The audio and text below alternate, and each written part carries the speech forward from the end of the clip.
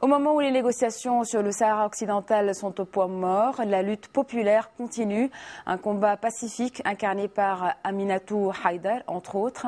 L'Espagne a formellement demandé au Maroc de délivrer un passeport à la militante pro-Polisario qui est en grève de la faim en Espagne. Les émissaires défilent à l'aéroport.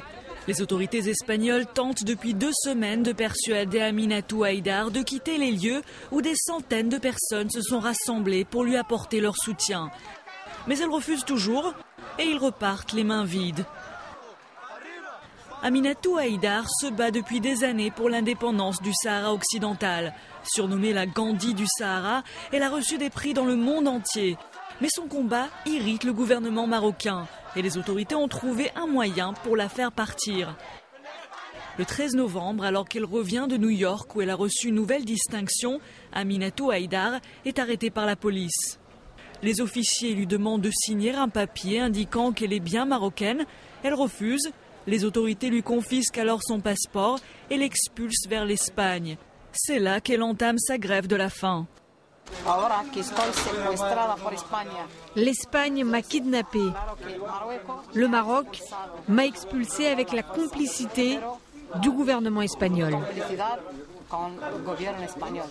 Aminatou Haïdar exige qu'on lui rende ses papiers. Elle ne s'est pas alimentée depuis plus de 2 semaines et a cessé de prendre ses médicaments. Elle dit préférer la dignité à la vie. C'est une femme musulmane qui se bat sans violence. Elle a été arrêtée, torturée. Elle a passé des années en prison au Maroc.